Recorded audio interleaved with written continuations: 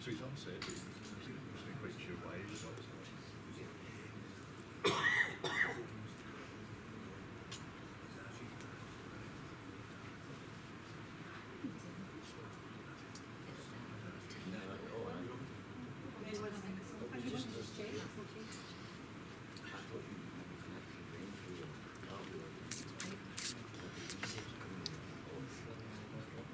Aye. That's it. I thought it was. That's just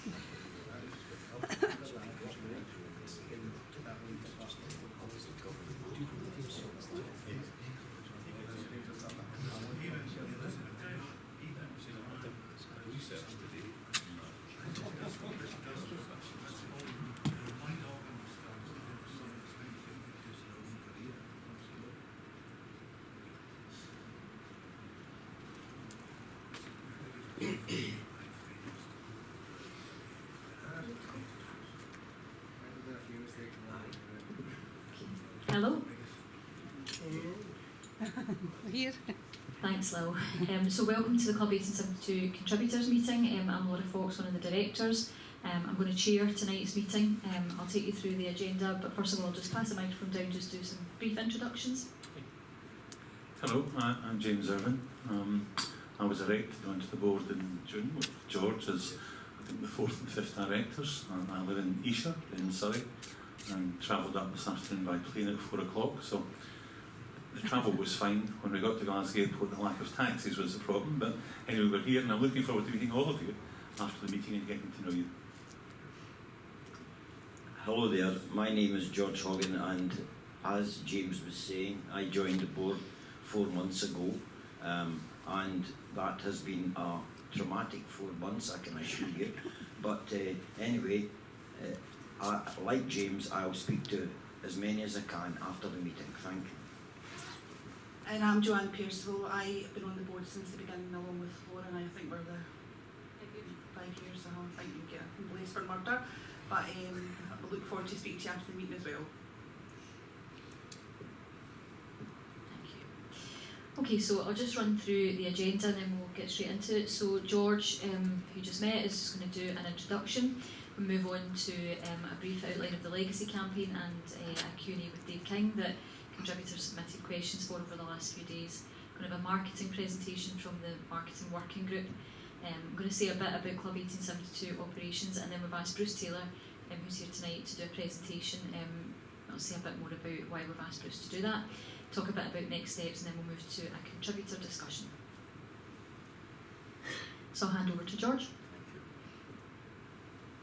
Thanks, Laura. And can I repeat Laura's thank you for everyone that has attended here tonight. It's appreciated that you have taken the time to come here. As I said earlier, my name is George Hogan, and along with James, we are the most recent directors, having served on the board for approximately 4 months. And what a whirlwind 4 months these have been. I don't think that either of us realised the work and commitment involved when we agreed to accept positions. As you will appreciate, we are on a learning curve, and the amount of information to be consumed is overwhelming. It is our intention to meet with as many contributors as is possible and listen to their views on Club 1872 and the direction they think we should take. Later you will hear more about how we intend to do that and improve contributors' engagement. We've had countless Zoom meetings and conversations with our fellow directors, and all of us realise that we have to move forward, and tonight we hope to give you some information on how we see that happening. But before we do that, can I take a few moments to talk about the recent resignation of our fellow director, Ewan McFarlane. Ewan recently resigned from our board for personal reasons, and unfortunately we have to accept that. In working closely with him over the last 4 months, and also previously to that, I worked with him on a working group. James and I came to realise what Laura and Joan had known for some time. The skills and commitment that Ewan brought to the board were exceptional. He was of a different generation to me, but his IT knowledge, his marketing skills and his work rate will be greatly missed. Ewan is a very level-headed and mild-mannered individual who juggled his own working life and family life, but would always make time for Club 1872 business. He will be greatly missed, and we owe him a huge vote of thanks. At this point, I must point out that I had little idea of how much time and commitment both Laura and Joanne spend on the inner workings of Club 1872 as volunteers. They give up their time every day to deal with issues. For James and myself, the past 4 months have been both traumatic and rewarding. Traumatic in the sense that we had little notion of the time, commitment and ordeal involved. Rewarding in that these 4 months has opened our eyes to the amazing amount of work put in by both Laura and Joanne.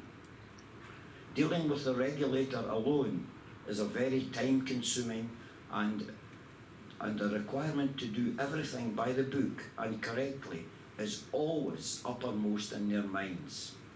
I have heard the two of them described as blazer chasers, and I can assure you that that is as far from the truth as it can be. We have spent many hours discussing the way forward, and with some of my previous comments in mind, we feel that we have to move forward with particular attention to the following areas. We feel that Club 1872 is now too large an organisation to be run on a voluntary basis, and this is further enhanced by our need to grow the organisation. With this in mind, it's our view that we have to propose to our contributors the need to appoint an operations professional who would deal with day-to-day running of the organisation. This idea is still in its infancy and requires a lot more work, but we are giving you all notice of our line of thought, and further information on this will follow later in the meeting.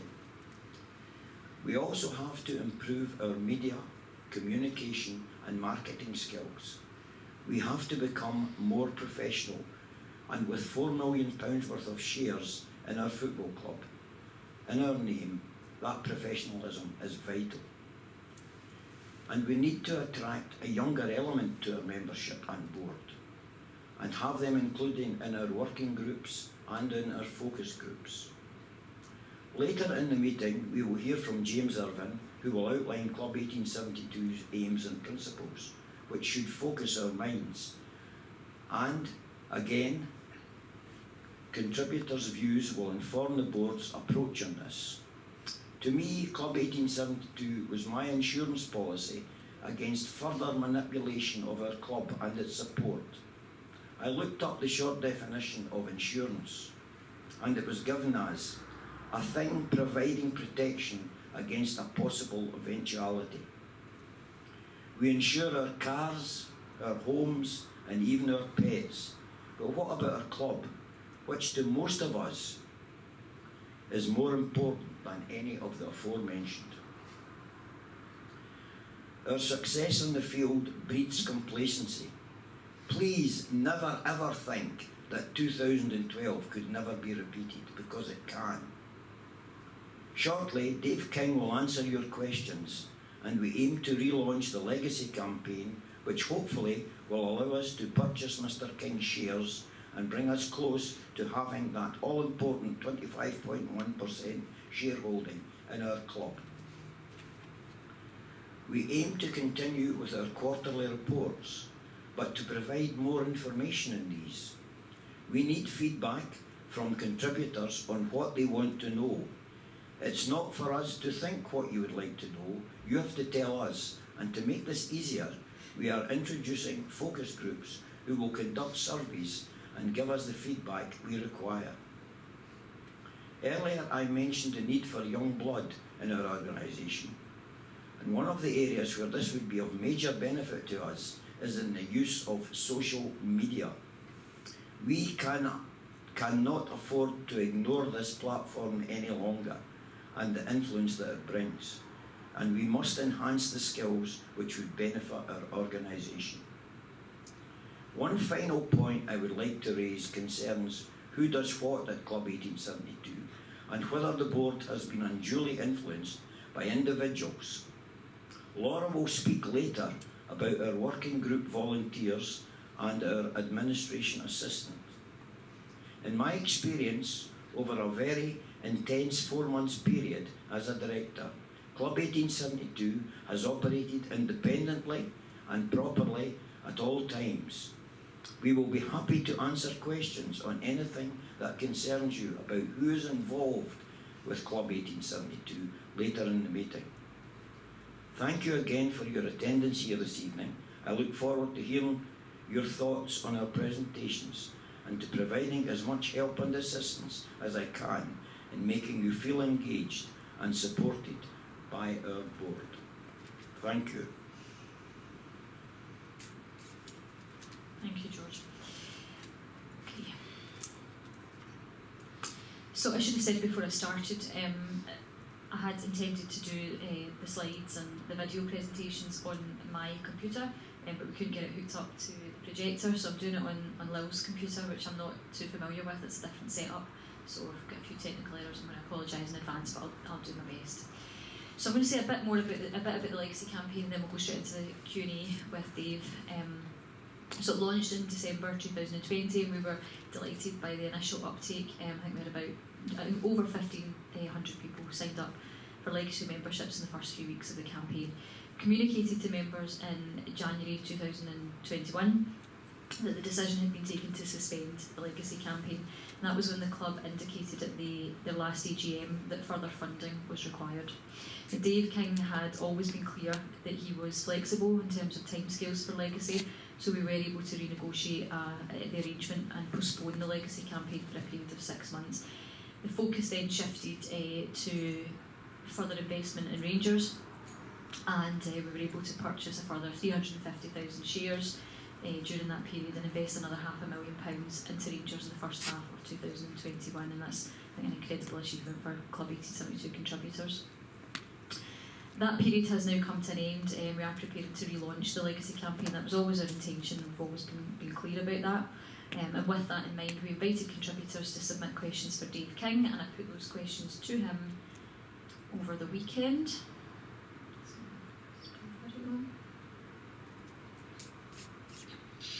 So we'll just get straight into the questions from contributors. The first one is from an Angus Sinclair. Is the sound okay in that, or? Is Dave King going to back, is Dave King and the board going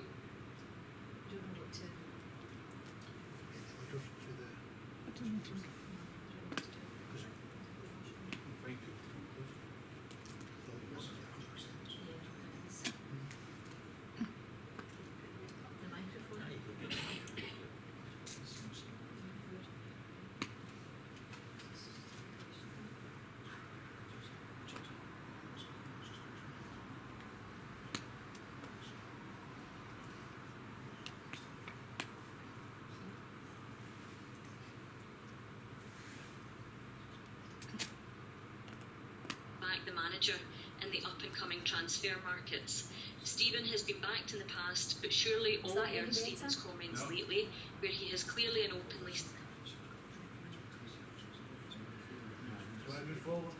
Could you possibly move forward, those at the back? Would that be possible?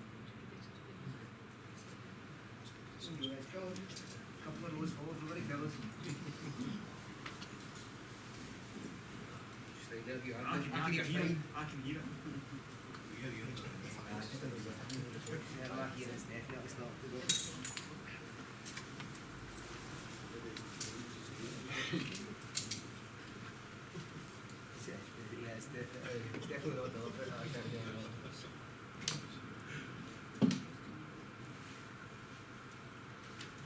The questions from contributors. Is that better? What was it? The first one is from an Angus Sinclair, and he asks, is Dave King and the board going to back the manager in the up-and-coming transfer markets. Stephen has been backed in the past, but surely all heard Stephen's comments lately, where he has clearly and openly said there is only so much he and his team can do without spending money, which clearly references that he hasn't spent any money over the past 2 windows. And as I said, that's from Angus Sinclair. I wasn't aware of Stephen's comment in that regard, and I'm a little surprised by it. I mean, I think obviously the context of the comment would perhaps make a difference, but if I can put it this way, that I think Stephen is already on record, certainly in discussions I've had with him and comments I've seen him make in the media subsequently, in having pretty much unstinting praise, I think, for the support he has had from the board. And I think that question might be related more to Europe, and I think it's really positioning the club and saying that without heavy expenses, say in the transfer window, it's going to be very difficult to make progress in Europe, and particularly, I think, if there was ambitions this year for the Champions League. But if you look at what we, I think, know to be true, I think Stephen has placed on record his support to the board for supporting the transfer window.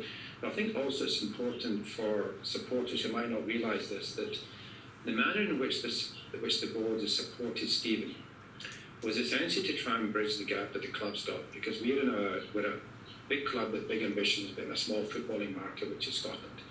And we also come through the period of regime change where we had to be very, very careful in managing the financial resources of the club.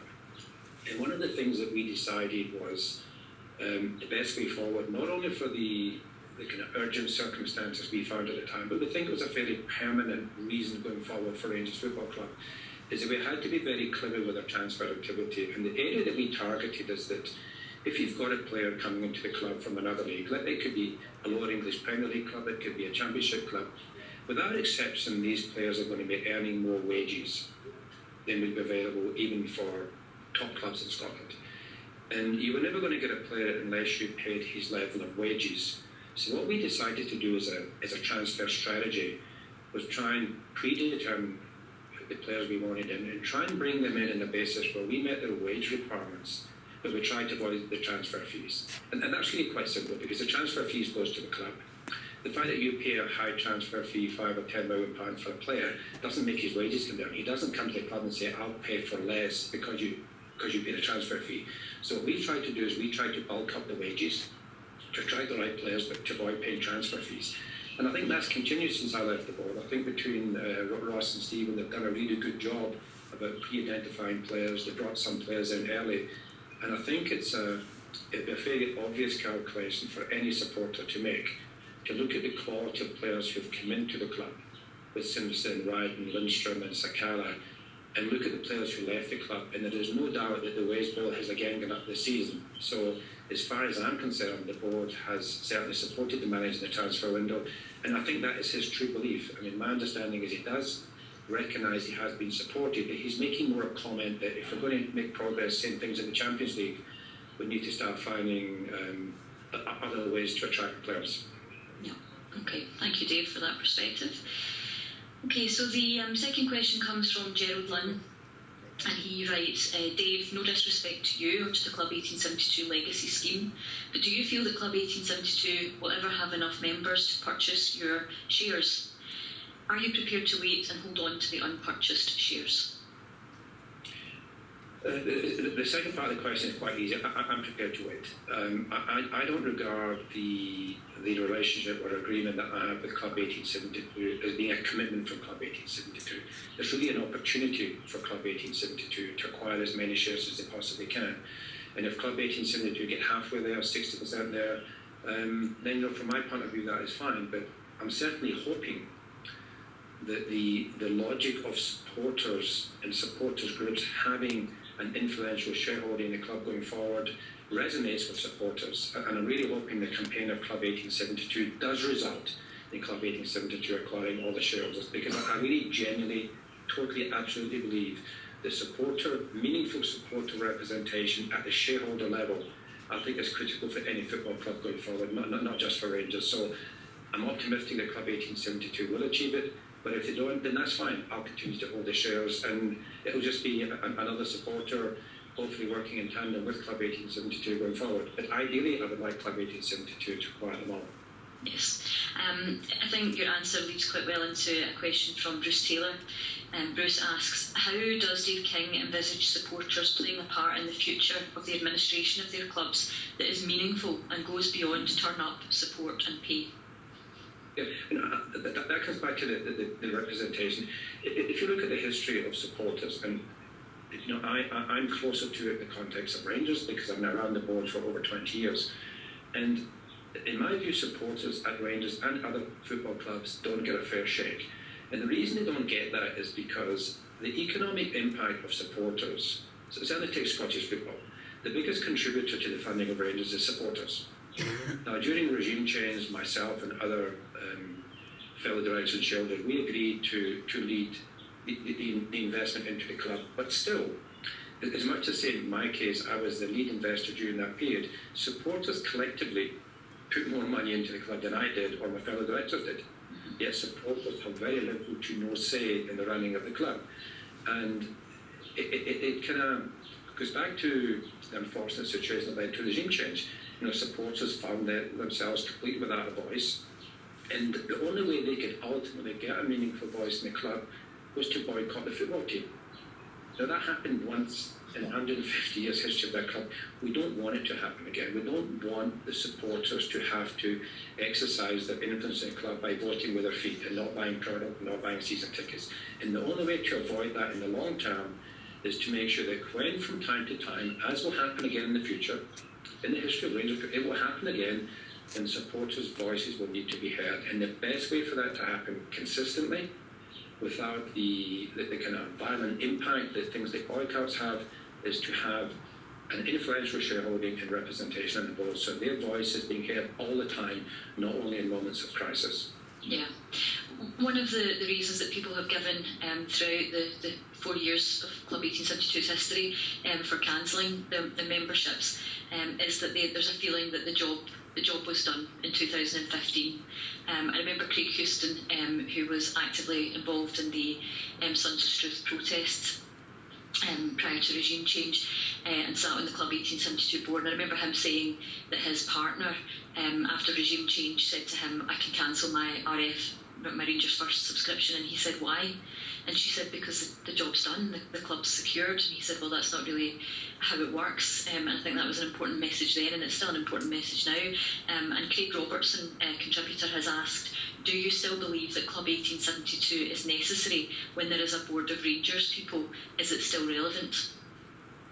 I actually think it's critical. I think it's actually more than necessary. I really feel it's essential. And I think it would be very, very naive of any supporter to think that Rangers will not go through situations in the future where it requires levels of influence and representation from supporters. It's absolutely going to happen. And if one is looking at a comfort level, I certainly don't have a comfort level. I think it's great that we've achieved what we've achieved in the recovery phase, but there are still challenges ahead. And if I can give you a very, very direct example in my own experience, when I first came onto the board in the David Murray era, we were winning all trophies, winning tournaments, very strong team, did well in Europe. And I think every single supporter at that point in time would probably have said the club's in safe hands, David Murray is a supporter, and people like myself, we were all supporters on the board. But look what happened. Yeah. That was a false comfort, because when that was no longer true, supporters did not have enough influence to affect the outcome of what happened thereafter. Yeah. And we saw changes to the structure, we saw changes that the supporters were violently opposed to, we saw changes that resulted in complete disconnect and disrespect to the supporter, and the supporters just had to sit by and suffer that. So where was the comfort level from 6-7 years earlier during the David Murray reign, where he thought that's fine, the club is fantastic? The club will go through challenges in the future. There is no doubt in my mind about that. It happens to all clubs. It's happened to clubs south of the border at the moment. And the only way that the supporters can consistently influence that over time is to be a significant shareholder sitting at the table when all decisions are made. And I repeat, not just when a crisis emerges. And that's what happens with supporters. Because they don't have shareholder representation, they only find out what's really happening when a crisis emerges. Yeah. And very often it's too late, it's out of their control. Yeah. Okay, so I'm just looking at the other questions that have come in. If contributors don't buy your shares From what you know of how the club issues shares to raise capital, do you think it's possible that Club 1872 could ever acquire 25% interest in Rangers based solely on acquiring shares issued by the club? And that is from Janice Ferguson. I don't think that will be possible. As I understand it, the board policy hasn't changed, that the issuance of shares will be something that's declining going forward, and it will be a self-sustaining business model going forward. So I really don't see large share issues in the future. And then secondly, if there are large share issues, I don't see Club 1872 being offered more than their current proportion of shareholding. And thirdly, as we all know, it's already been intimated that future shareholding issues will be done at levels that it will be a lot higher than the deal that I've offered supporters. So from a supporter's point of view, they're going to acquire more influence for less money by acquiring the shares for me, because that's been done at my historical cost, and I think participating in future share issues. So first of all, I don't think they'll be available to supporters anywhere near that level. And secondly, I think it'd be a far more expensive option. And I think if one looks at the recent I would call it the phantom share issue that Rangers put out in place. It raised money from supporters on the basis of issuing shares. The supporters have no influence over these shares. I don't think a single supporter actually has a share certificate. So again, money is going into the club in a manner that has not assisted supporters with increasing their influence going forward. I believe it is vital that supporters start to really exert a level of influence on a consistent basis that gives them a voice at the club. Yeah, and I think you've spoken before about it being a collective voice, because you talked about prior to regime change trying to corral individual shareholders and the difficulties that you experienced at that point. So I think that's one of the benefits of Club 1872 is that it offers a collective voice. Absolutely. I mean, to me, if I look at the regime change process and I look at what happened after that club in terms of rebuilding the club, because we look back now and we're all grateful for where we are, and 55 was fantastic, but it wasn't an even path. It wasn't a smooth path with a gentle curve coming back to success. There were still ups and downs. They had to be managed, and that would have been far more difficult if the club, and perhaps myself in particular, did not have a strong relationship with Club 1872. And that relationship was based on having a collective voice that you could talk to, speaking to representatives who were duly elected to represent that voice, and having an open and honest relationship where, you yourself know Club 1872 would come to me with sensitive things, some things I could deal with, some things I couldn't deal with. Yeah. But there was always open and frank dialogue on the issues, and at least I always felt that I knew where supporters were coming from. And I think supporters always knew where I was coming from, even if I couldn't immediately deal with some of the issues that were raised. But it was open, it was transparent, and it was very, very effective. Whereas if I go back to the attempts at regime change and dealing with individual supporters, it was not only impossible to almost corral that into a single voting unit, but a lot of people who actually wanted to vote couldn't find share certificates, didn't have any documentation. It became a very, very difficult process just to collect everyone into a single voting pool and then to effectively administer that in a manner that would allow us to influence the club. And, in the regime change, it was very close at one stage. When we were chasing every 100 votes, every 200 votes, it was very, very tight. And if 1872 had been in place, that process at that time would have been a lot easier for me. Yeah. So you've spoken a wee bit there about the relationship with Club 1872. We have had a question on whether you whether you retain confidence in the board of Club 1872, and a similar question came in from, let me just check,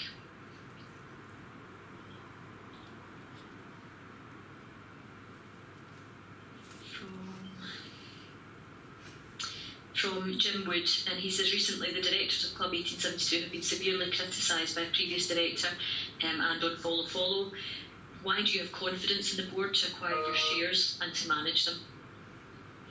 Yeah, I think there's two parts to my answer. I think the mere fact that I'm having this conversation with you and the fact that I'm continuing to promote the transfer of my shares to Club 1872 is a clear indication that I still have support both for the institution and for the people leading it.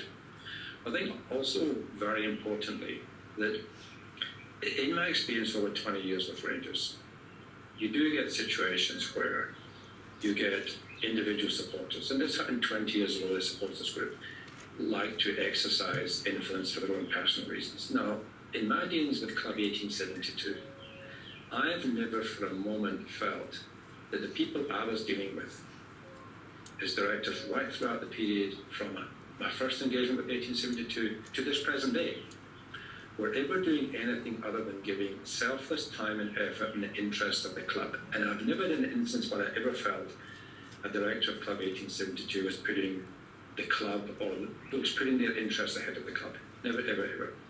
And that is why when these allegations first surfaced, I was careful enough, and I think it's well known that I was given access to the information. And it wasn't surprising for me to find out that the claims being made against the directors were absolutely false. And I think this is one of the dangers of the success of Club 1872 that I think all members must be alert to at all times, is because Club 1872 has been successful, because this campaign will lead, at whatever level it gets to a greater interest in Rangers Football Club and a greater say in the affairs of the club, there will be individuals from time to time who will come and try and hijack for their own purposes. And they will use social media. So I think that the supporters of Club 1872 have got to be incredibly vigilant in continuing to be very, very careful about accusations like made against the office holders. Yes, the office holders must be accountable, but they must be accountable to the facts, not to smear campaigns, not to media campaigns. And in my dealings with Club 1872, I've gone and I still go on the basis of my direct reaction to the people who have been running and are presently running Club 1872. And my experience has been nothing but good. So every one of you continues to enjoy my full support. Okay, thank you for that, Dave. Jim Smith has asked, does Mr King still have full confidence in the aims and aspirations of the present RIFC board? Absolutely. I mean, I think the board is still a continuation. I just think if you look at, again, what happened in the transfer window, I don't have any peculiar insight to the numbers because I'm not on the board anymore, but it's very obvious to me that further investments have been made in the club. The club had a transfer window where players came in, wages went up, and players didn't go out. We know that. So I think we all understand the wage bill has gone up. The Champions League wasn't achieved this year, but this becomes a very big season because it's automatic into next year. So I think the club has continued to invest in that. And I think also fortunately that you've got Douglas and John Bennett who kind of took over the role I had, because what supporters might not know is that in prior years, not only did I have to invest in the club, but I also had to give, say, cashback guarantees each year because we were trading at a loss. So it wasn't just the money you put in the club, you also had to provide cash guarantees to get UEFA licenses, SFA licenses to act as a going concern. And the fact that Douglas and John have stepped in, I think they said the last annual report, and that they're now providing that, and they've got all the knowledge of what's going on, just gives me a strong indication that the board is continuing to put the club first and make the necessary investments and back it with their own money. And I think supporters can't ask for more than that. Yeah. Okay, just a couple more questions, Dave. We have a question from Chris Miller. If a commercial organisation wanted to invest substantial money in Rangers like Newcastle and wanted to rename the stadium, would you be prepared to cooperate with 1872 and other Rangers shareholders to create a voting bloc to prevent that from happening? I certainly would work with Club 1872 and all supporters to block any deal of any kind that I felt and my fellow supporters felt was not being fair to the club or was not in the interests or traditions of the club. So yes, I mean, if a deal came, I'm not suggesting that any big deal would be detrimental to the club. It may realise our ambitions in Europe, for example. So one would have to look at the deal very carefully. But whatever deal came, if that deal went against the traditions of Rangers Football Club in a way that we felt were harmful, in other words, traditions can't be an anchor to the club. Traditions can't hold the club back. Traditions can move and mould with the times. So I would look at that deal very, very carefully. And if I and fellow supporters felt it was not an interest of the club, then absolutely certainly I would join with them in voting against it. Anything that's unhealthy for the club or the supporters, I would vote against. That's good to know, Dave. Okay, just one final question, and it comes from Gordon Mackay. If Club 1872 acquired your shares, would you become the director sitting on the board on the fans' behalf? And that obviously refers to Club 1872's stated aim of having a place on the RIFC board.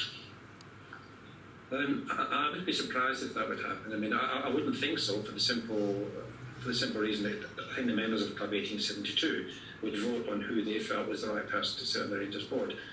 And I would be surprised if they would vote for me. I would think there's a lot of other really good candidates who live in Glasgow, who are closer to the club, who are working very, very hard to promote the interests and ambitions of Club 1872.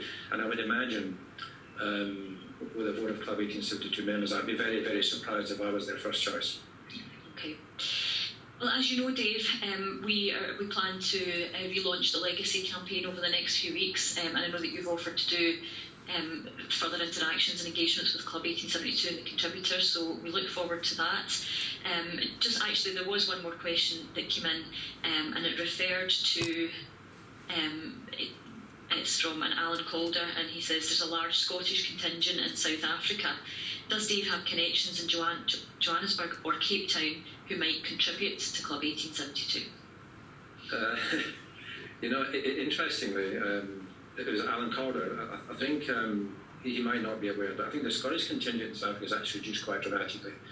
When I first came in 1976 and I was playing football, there were many options for me to play in what we call Scottish clubs. There was a Benoni, Caledonian, there was a Jemison Carley, so there was a lot of Scottish clubs.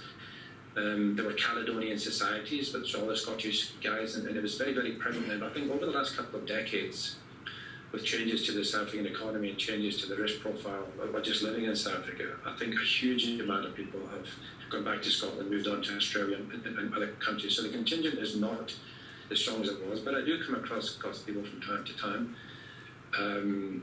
And I think some of them are members of Club 1872, quite frankly, so I guess they would go through that avenue, but I certainly don't have anything that comes to mind that I would be able to approach for a significant investment, other than kind of rallying people for 1872. And I think, really, if Club 1872, has a campaign where, I don't know how many members you've got at the moment, but it just requires, for a short period of time, each member to bring in a member. Yes. Do that 2 or 3 times.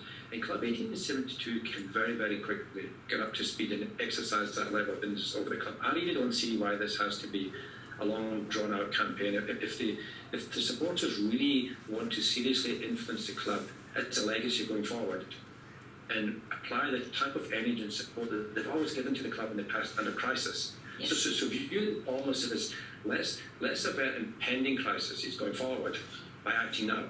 And by acting now, we can actually avoid these situations forever. We'll actually have an influence. We'll always have, a seat at the table. And I think this is the time to do it. And if Club 1872, if each member just gets one and that one gets one, yes, I think for a very, very short period of time, you'll find yourself very, very quickly up to speed. Yeah, I think that's a good point, a good message to get across to contributors. Okay, Dave, listen, thank you for your time again. Some interesting perspectives there. And as I said, we look forward to further engagement with you as the Legacy campaign progresses. Thank you very much, Laura. I appreciate it. Thanks, Dave. Take care. Thank you.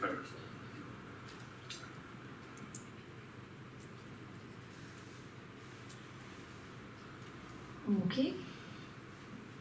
Let's try and get the technical aspects of this correct. Nope. That's the wrong one. Hi everyone, thank you for making time Sorry, to hear guys. from us Sorry. today. This is the wrong one.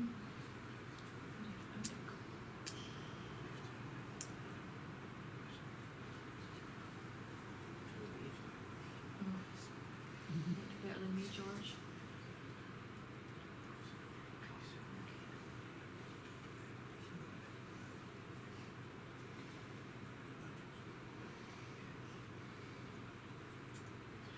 Okay, sorry for the delay there.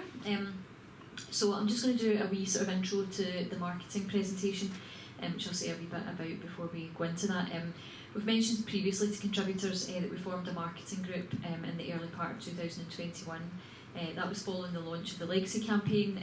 Myself and others did various podcasts and updates where we talked about there being opportunities for contributors to get involved in supporting and promoting the campaign.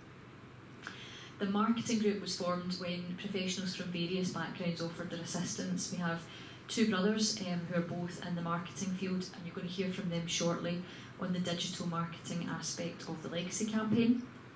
We also have an analytics professional who's been working with the webmaster to track social media and website hits.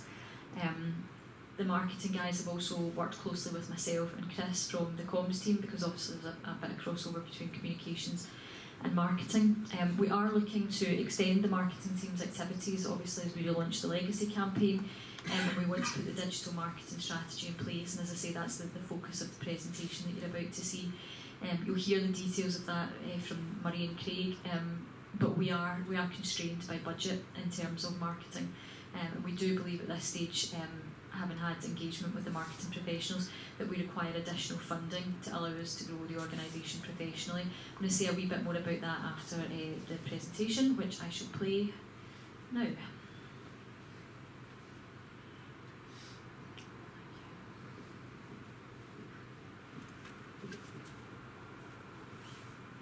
Hi everyone, thank you for making time to hear from us today. My name is Murray Smith, I'm here with my brother Craig Smith. We've been working with Laura and Chris for the last few months on documenting what we think a digital marketing strategy could be for Club 1872. Just as a quick introduction, as I mentioned, my name is Murray Smith, based in New York, been working in technology for the last 13, 14 years. And been a member of Club 1872 since its foundation. I'll hand over to my brother Craig, and he'll start walking us through the slides. Over to you, Craig. Hi everyone, I'm Craig. I've been working in digital marketing for the last 15 years, and now based in the US. Like Murray says, been working with Laura and Chris over the last several months to offer some support on digital marketing strategy. So I want to cover that with you today.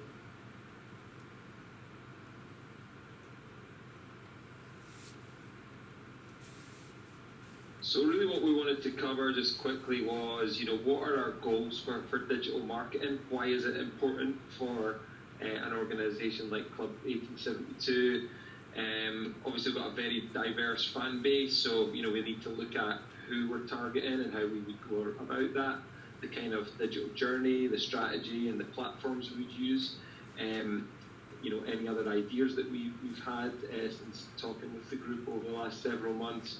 And then of course we've started to build the beginnings of a marketing team, but we certainly want to reach out and get some more volunteer support out there amongst the fan base if possible. So really we boiled it down to 6 key goals. I think digital marketing is a really core aspect of what we need to do at Club 1872, and I think it can have a really big influence on all of these. So, first one would be certainly to establish Club 1872 as a rite of passage for being a Rangers fan. Make it core to what the support is about.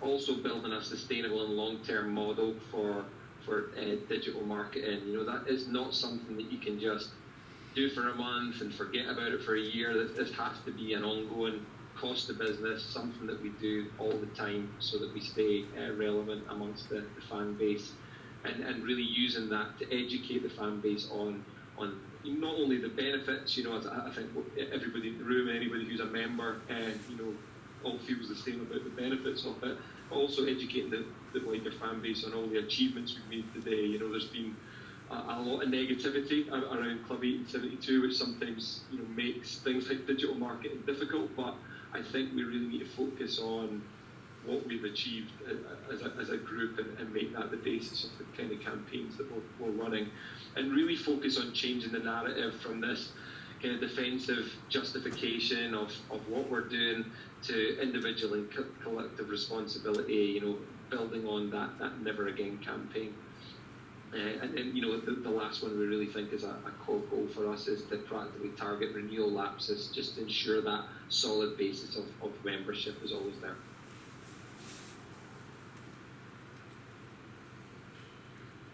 So, why is digital marketing important? I think, in this day and age, there's no other way for us to reach such a large audience. I've put some of the different numbers there, whether it's the official club site, Club 1872, or some of the unofficial, fan type outlets that are out there. And anytime you're doing digital marketing, you can specifically target people who are interested in either the official or unofficial Rangers pages. So the potential for us to reach a really wide audience is huge. We can really target them based on their behaviours, based on their interests, and it's a real opportunity to engage with the fan base 24/7. So as Craig mentioned, there's a lot we can do in digital marketing across a lot of different platforms, but what we wanted to start getting everyone thinking about is, depending on the type of Rangers fan or their circumstances, how we want to engage with them might be very different. So, for example, at one end of the spectrum, we have 50,000 fans going every couple of weeks, season ticket holders. How we engage with them is going to be very different. A match goer means there's much more likelihood we could have an in-person interaction with them, but and they're very engaged. But the challenge with match goers is that's an audience that's already paying a lot of money into Rangers. So the way in which we try and encourage them to join Club 1872 might be very different. At the other end of the spectrum, you've got fans like myself and Craig that live overseas. We're not going to matches every week, but we engage a lot online, Rangers TV, etc. So what we want to do is start working on how do we group our fan base to understand how we would target them differently. There might be different influencers there, different perspectives that those groups have. And what we can do by that is, when we develop a robust marketing strategy, we can actually target different marketing campaigns at different types of Rangers fans. So for TikTok and Instagram might be more popular among millennials, Facebook might be more popular amongst older Rangers fans. So that's the level of specificity we can get into in a marketing strategy once we know what our target audience is.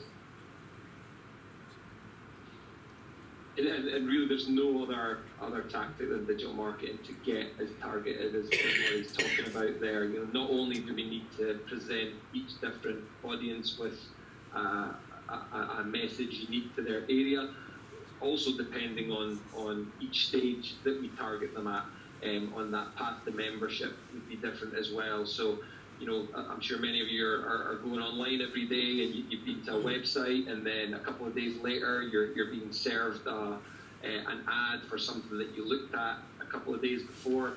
That's the kind of tactics that we can bring to play here in Club 1872. So, early on in the journey to membership, you're maybe just driving some awareness, educating people on the benefits of Club 1872. You're trying to bring them into a certain page on the site. We can see what people are clicking on, what they're doing, and then based on what they're showing an interest in, over time we can present them with unique and different messages that are very specific to where they've developed that interest. And the hope is that over time, from that education piece, you're moving them down to actually considering becoming a member.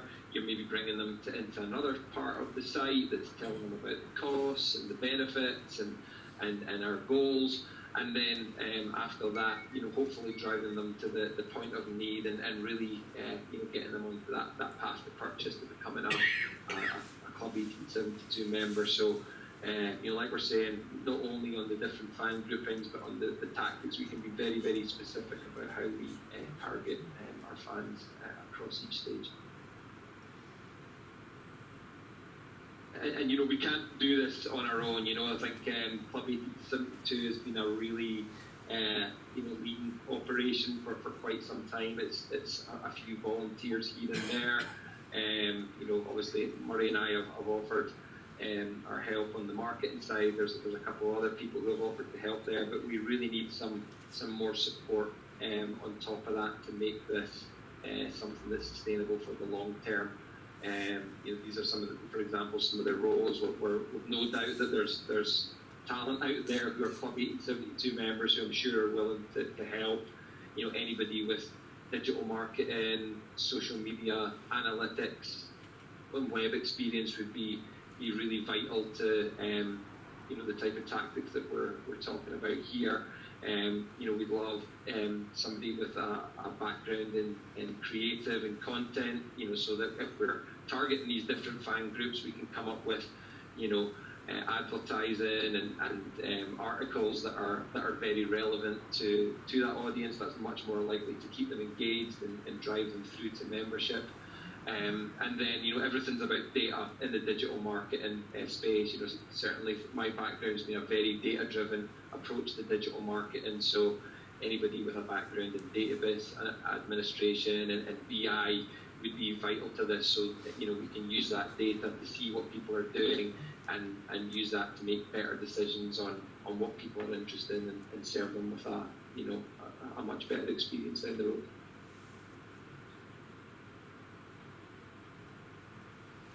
And that was it. So thank you everyone for your time. I hope that was interesting.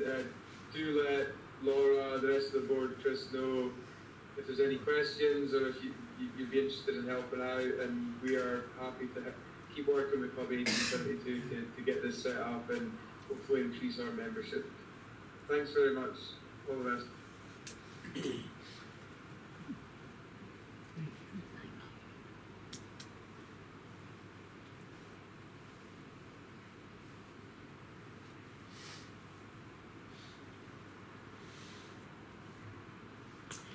Okay, so as I said just before the presentation, which focused on the details obviously of a digital marketing strategy, through discussions at board level and with the marketing volunteers who are professionals in their field, we have identified a need for an increased marketing budget. We don't have a final figure for that at this stage, but we do believe that at least £10,000 will be required, and it is the board's intention to seek contributor approval for that budget. We'll say a wee bit more later on in the meeting about the kind of engagement we're going to do in terms of seeking approval for our plans.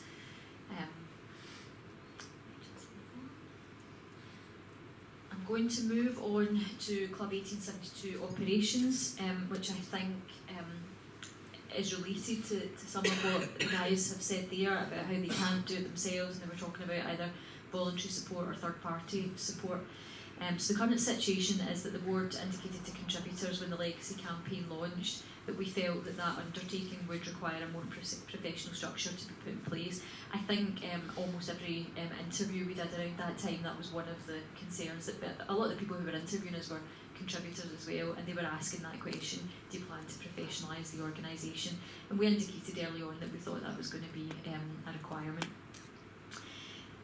You'll know already that Club 1872 is run exclusively by a volunteer board, volunteer working group members, and we have one paid admin assistant, Lillian, who's here tonight. The 5% admin budget that we have within the Articles of Association, that covers office rent, website maintenance, admin salary, and miscellaneous admin costs such as the email system and web hosting. The board has reviewed Club 1872 operations over the past 5 years, and what we found is that those operations have been characterised by periods of very high activity, whether that's social media, fundraising, or supporter campaigns such as the boycott of the Daily Record campaign. But what we've also seen is that high level of activity, while it can be maintained over a period of weeks or months, eventually other commitments of volunteers start to eat into the time that they can spend keeping the momentum going. Unfortunately, what we've also seen in recent months is with volunteers withdrawing their support due to fears that their involvement will lead either to personal abuse or to negative attention that may affect them professionally. We also have the issue that the board in particular is often pulled into dealing with other issues, and that's certainly been the case in recent months, but it was also a major issue for the organisation in 2018 and 2019, when a large number of complaints to the regulator of community interest companies resulted in the regulator conducting a very thorough examination of Club 1872. We have mentioned that in previous contributor updates, but I think it's important at this stage to emphasise the significant strain that this put on the organisation. The board was tied up for over a year. We were dealing on an almost full-time basis with a process that involved in-person and telephone interviews and meetings, hundreds of email exchanges, ongoing communication with the Club 1872 lawyer, and the sharing of a really huge amount of information which related to every aspect of the organisation's functioning.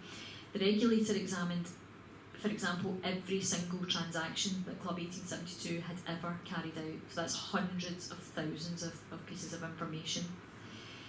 She took copies of hundreds of emails that we had exchanged with each other as directors and with previous directors, former directors. She looked at every poll that had been conducted. Directors then took part in follow-up meetings with her representatives to answer questions not only about the subjects of those polls, i.e. what we were polling members on, but also about the process of making the decision to run those polls. She also looked at individual votes that had been cast in every poll, so it was a really thorough examination. I've seen comments on social media about the regulator taking a hands-off approach, and I saw that even the suggestion that the board has exaggerated the regulator's involvement in the organisation, but that is so far removed from the reality of the situation. In fact, if anything, we may not have been explicit enough with contributors about the impact these issues have had in terms of the board's ability to run the organisation operationally during those times. Recent events have also required regulator involvement. The board has prepared a 158-page report to the regulator on matters that we believed it was important to bring to her attention. And again, there's been extensive legal work undertaken over the last few months, which unfortunately has pulled the board's focus away from what ideally we would want it to be doing, which was relaunching the legacy campaign in July. So with all that in mind, the board has identified areas where we believe professional support is required, and that will ensure that if and when these types of issues arise again, the organisation can continue to function in its most important tasks. And we believe those are increasing the membership, buying shares and representing contributors effectively. We currently have support from the Club 1872 lawyer, and we obviously now have James's expertise on the board as a lawyer of many years. We have an accountant, but they currently only deal with basic account filing. We have a web developer, which we mentioned earlier, who looks after the website, but as the guys from the marketing team said, we don't have any professional marketing support. We have no social media support professionally. We have no sales or executive support. You've heard, as I said, from two of our volunteer marketing team, and we are lucky to have additional support in that group from other volunteers with analytics and videography skills. But as volunteers, again, they have a limited amount of time that they can provide to the organisation. So we've identified, with all that in mind, a job role for an operations manager for Club 1872, and we believe that this role would bring a number of benefits for the organisation. I've jotted some of them down. The ability to increase the number of working group volunteers, as they would be able to be managed by a dedicated full-time professional. In times when the board is pulled away from dealing with non-core matters, the organisation would continue to operate at full capacity, so our social media, support our outreach, etc. would remain active. A constant point of contact for other service providers to Club 1872, and it would allow the board to focus on the strategic direction of the organisation. By far the biggest benefit we see is that Club 1872 operations would not be subject to fluctuations in the availability of volunteers and directors. So the admin budget currently does not allow for a role of this kind, and it is the board's intention to seek contributor approval for a budget to be set aside for that role. Now at this stage it may be that we can't get everything we want in one person. It would be our intention certainly to do that, but if we have to split the role, then we would be open to that. We've started to work with Bruce Taylor, who you'll hear from shortly, on a job spec for that role, and Bruce, I think, is going to share some of his thoughts on how that role might take shape. We will also seek further input from the marketing professionals that are volunteering for us on the proposal. I'll talk a wee bit more later about focus groups and contributor engagement, and this is one of the proposals on which we would welcome input from contributors. So if you as a contributor have any experience or expertise that could assist us with that proposal, please do get in touch. The person we appoint will be meeting the needs of contributors, not the board, so it's really important that we hear your views on that.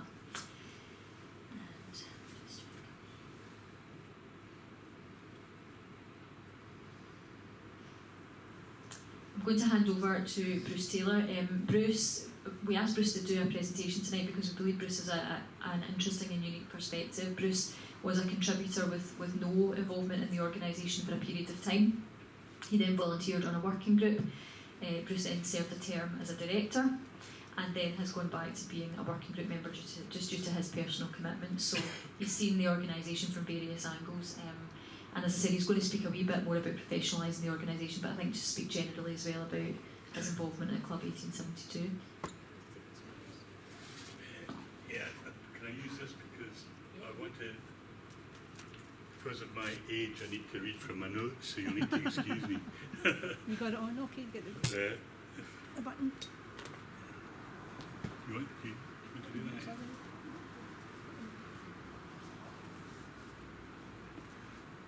Is that? Hello? It just How might does take, that work? Can you hear me? it just might take a wee minute to come through. All right, Laura said Bruce Taylor. My first match was in 1965. I'm 66 years of age. I'm a season ticket holder. I've got a small number of shares in my own name. I bought those at the time of the first issue following the events of 2012, so I guess I'm probably like quite a few of you sitting here in the room. I've been a Club 1872 member since the beginning, and I've been, as Laura said, a Club 1872 director for a short term. What I wanted to try and do tonight was to talk a little bit, first of all, can I thank the board for the opportunity to speak, but I'd like to talk a little bit tonight about why Club 1872 is important to me. First of all, I'd like to talk about why I was drawn to Club 1872 initially. But I think also it's now almost 10 years since 2012 and 5 years since Club 1872 was established. So I'd like to speak about why I believe Club 1872 is relevant today and why it will be relevant in the future. I remember February 14, 2012. I was deeply worried that the club I had supported all my life, Glasgow Rangers, would cease to exist. What help could I offer? Because I'm not personally wealthy. What difference could I make? I wanted to do something. In 2012, Rangers supporters got together and they put money into various initiatives. I joined in. This was at a time when high-profile people put their names forward. Some invested, others did not. But Rangers supporters did not waver, putting their money on the table over and over again. This at a time when some people took money out of the club. Club 1872 was born out of this situation. The Rangers is not only a force in Scottish football. The loss of the club would represent a loss to British football and European football, where it has been prominent for nearly 150 years. It would be a loss to Scottish culture, because it is an important part of many people's lives. We say never again, and this means it must never happen to Rangers again. So I said it's almost 10 years since those dark days. Football success returned last year with our 55th championship win. The stadium is full. The tills are ringing. The board and supporters have invested heavily and continue to do so. So what could go wrong? Is Club 1872 still important? I sincerely believe Club 1872 is important in the future because uniquely and for the first time in the history of our football club, there is an organisation that can let supporters have a voice. Not just shouting from the stands their support, but a voice in the important matters affecting our club today and in the future. I think the world has changed a lot since the 19th century and the early days of the 20th century.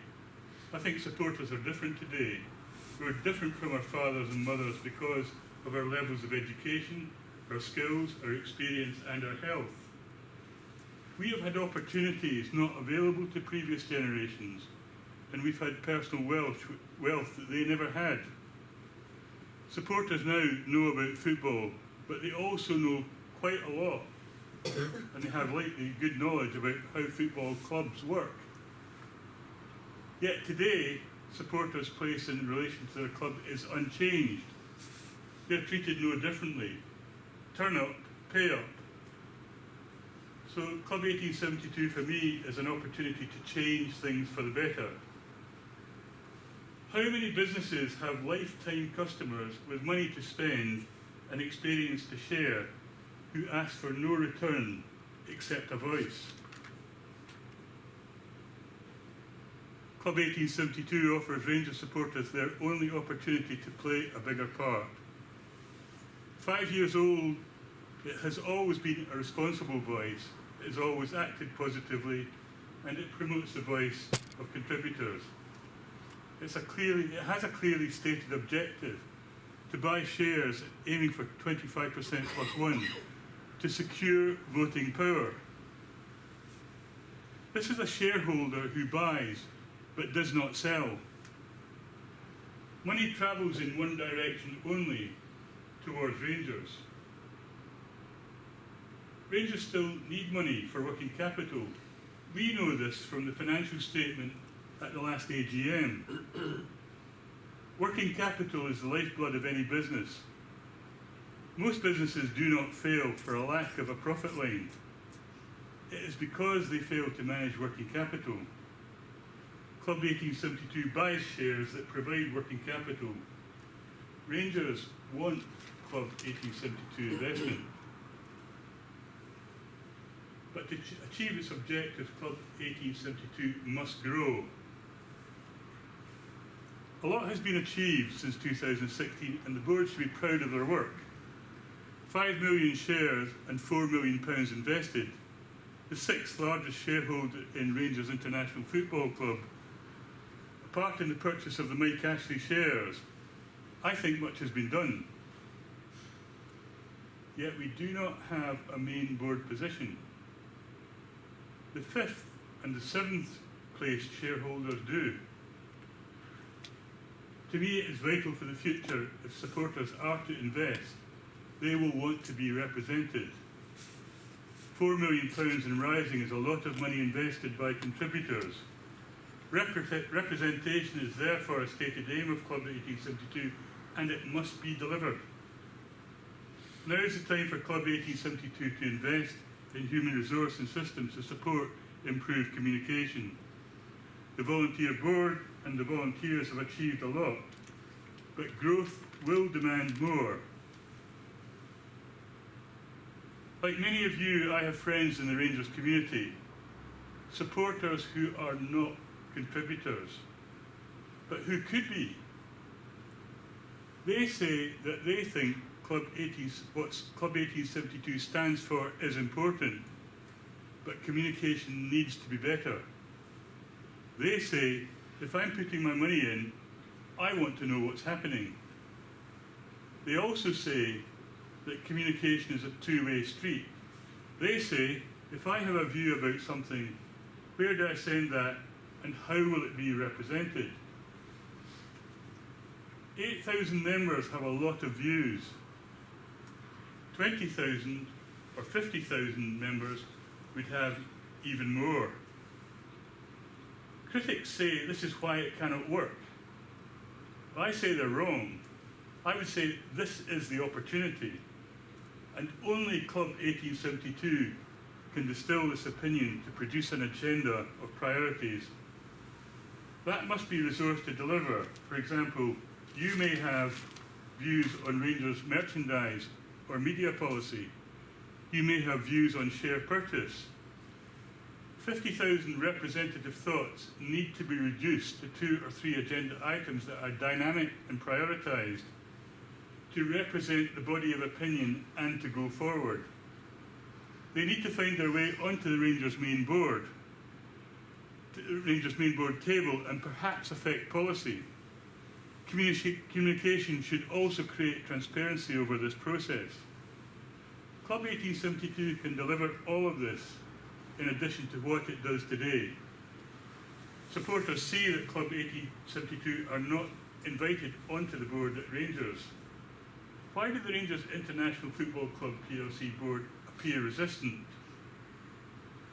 That's what fans ask, and Club 1872 is not and must not become a threat. That does not mean it has to be tame or ineffective. Good and timely communication of ideas backed by a firm, responsible approach are positive and constructive for any healthy organisation. Patient insistence by an established Club 1872 will secure a main board place. It is time to professionalise.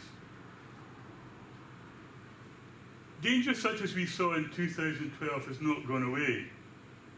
Recently we saw the move to form a European Super League rejected by supporters. More recently, Newcastle United have come under Saudi ownership. This is big money exercising control in football again. Ashley out, Saudi in? Don't know. Supporters at many clubs see this as a big money wrestling away control against supporters' interests.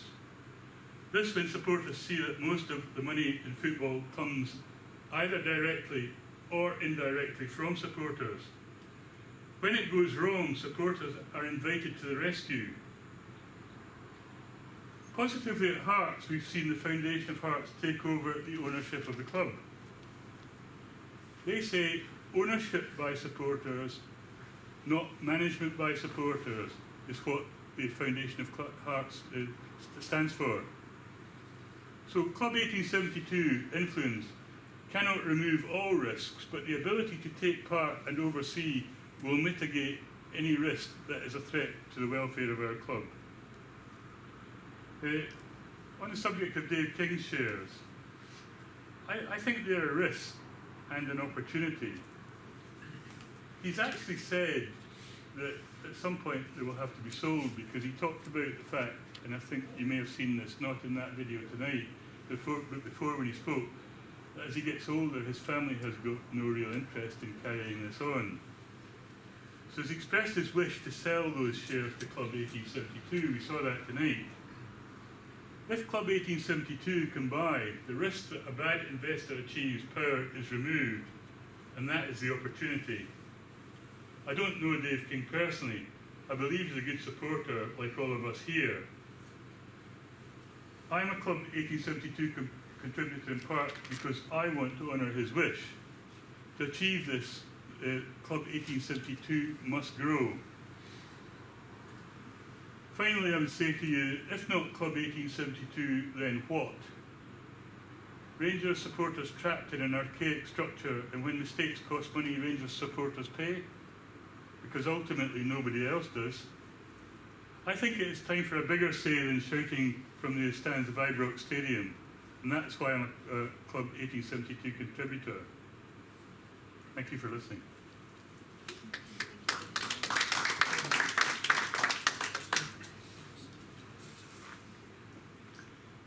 Thank you, Bruce. So I'm going to just speak briefly about what we see as being the next steps for Club 1872. Club 1872 is going through a period of change, and a big part of that change is going to be a listening exercise for the board. It will be up to the contributors to decide whether you support the board's vision of how the organisation should be run, and we have given you a broad overview of what that vision is. What we've presented to you this evening, as I say, is a broad outline of how we believe the organisation can evolve into the largest shareholder in RIFC, and we believe it can be a meaningful platform for fan representation at Rangers. Over the coming weeks and months, we'll be running a series of contributor polls. We'll also do focus groups and a very detailed survey of contributors, and that will inform the board's approach to a huge variety of subjects, which will relate not only to Club 1872 but also to Rangers. We have already heard from a large number of contributors about how they feel, particularly about communication and engagement and how that can be improved. So that is one area that we'll focus on in the coming weeks. One of the reasons I was keen for Bruce to speak is because I didn't know Bruce at all before he stood for election. Before he volunteered for a working group. He then went on to stand for election to the Club 1872 board. And Bruce has strong ideas, particularly around board representation for Club 1872. Bruce and I have not always agreed. I'm in agreement with him about board representation, but we locked horns a few times over the boardroom table. But he is a great example of how you can get involved at Club 1872 and how you can form new relationships within the member membership and bring skills to the table. And we have repeatedly made requests for contributors to volunteer for Club 1872, but that's clearly not been enough. So we need to look at how we improve support and engagement. As I say, it's going to be a listening exercise over the next few weeks. There's going to be, I referred there to a series of polls that are going to go out. There will be more detail included with each poll as it goes out, so that you're fully informed about what you're voting on. This year, Club 1872 became members of Supporters Direct, and I was recently appointed to the Supporters Direct board. And we do see this as a valuable opportunity to learn from other supporters groups. Through Supporters Direct, we've made contact with other SD members at Foundation of Hearts, Morton Club Together, and the St Mirren Independent Supporters Association, whose clubs are now all fan-owned. So we see that as a really important, a really good opportunity to learn from those people and to share information. And again, if this is an area that you see as being useful or interesting, and you'd like to get more involved in the organisation, please do get in touch about becoming part of a team that can engage with those and other groups. There are multiple ways to get involved already at Club 1872, and we hope that you will share more ideas with us on that front during the discussion part of the meeting. As we mentioned earlier, we're going to relaunch the Legacy campaign in the coming weeks. This will involve digital marketing, a social media reset, because this is one of the areas of the organisation's functioning that has been put entirely on hold, and we'll focus also on supporter outreach. So that's the presentations part of the meeting done. We will move to the contributor discussion. Just before we do that, does anyone want to take a short comfort break? All right, to move on? Yeah, okay. So we'll just open discussion from the floor. Lil, thank you. Again, Lil, to our admin assistant.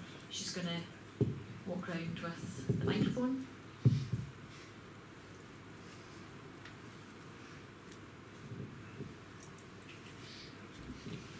Thanks very much. Can I just ask a simple question that hasn't been mentioned tonight, and that is just when are we going to have an AGM? Because there hasn't been one since I have become involved in this organisation. When are you going to have one? So the reason we've never had an AGM is because Club 1872 is not required to have an AGM. We are required to have an annual contributors meeting. This has been a subject of many complaints to the regulator of community interest companies that we don't hold AGMs, something we've discussed extensively with her. We've seen various accusations online that there's been some wrongdoing on the part of directors that we don't hold AGMs. It was this board that enshrined it in the articles that we will hold annual contributors meetings. And as I say, that is a requirement for us. We didn't hold one last year, and in hindsight, we should have looked into opportunities to engage via Zoom or other technologies, but we made the decision to put a contributor meeting on hold due to COVID. We favour in-person interaction. We think it's important for people to meet the board, but again, we've taken people's views on board on that, and that was too long a delay. So this is the annual contributors meeting, and that we are required to hold another one next year. Yeah, sorry, I just should have just said this. I know Brian, but you might want to introduce himself, because I know this is your first meeting, James. So Clearly I will. I'm Brian Donoghue. I was a member of Parliament for 23 years. I've just been knighted by Her Majesty, so I'm now Sir Brian. Okay. Would you like me to call you Sir Brian? Are you happy with Brian? Certainly not. Can I just ask you, because this is my first meeting, what's your interest in an AGM? What particularly are you driving at in that question?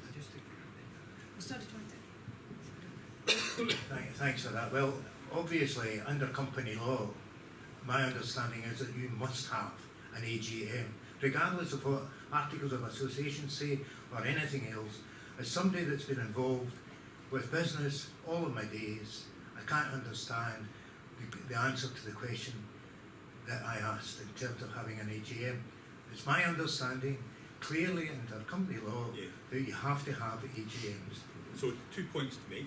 The first is, I think whether you call it an AGM or whether you call it a meeting of all the contributors, obviously you think it would be a very good idea to give everyone an opportunity to be together in one place to explore a whole range of actions of the organisation, so that we can commonly develop the the number of contributors, the organisation's representation with Rangers, with possibly a place on the board. So that's one point with which I'm entirely in favour. The second point is, I'm kind of with you on your legal point. Having, I confess, spent 40 odd years in the City of London, I was bamboozled when I first came across kicks. And in the initial days, Brian, people kept talking to me about kicks. And I didn't realise they were talking about CICs. I was thinking they were talking about KICKS. So this was very confusing. And over the last 4 months, sadly, I've had to spend an awful lot of time learning about community interest companies. I think you can divorce the two issues.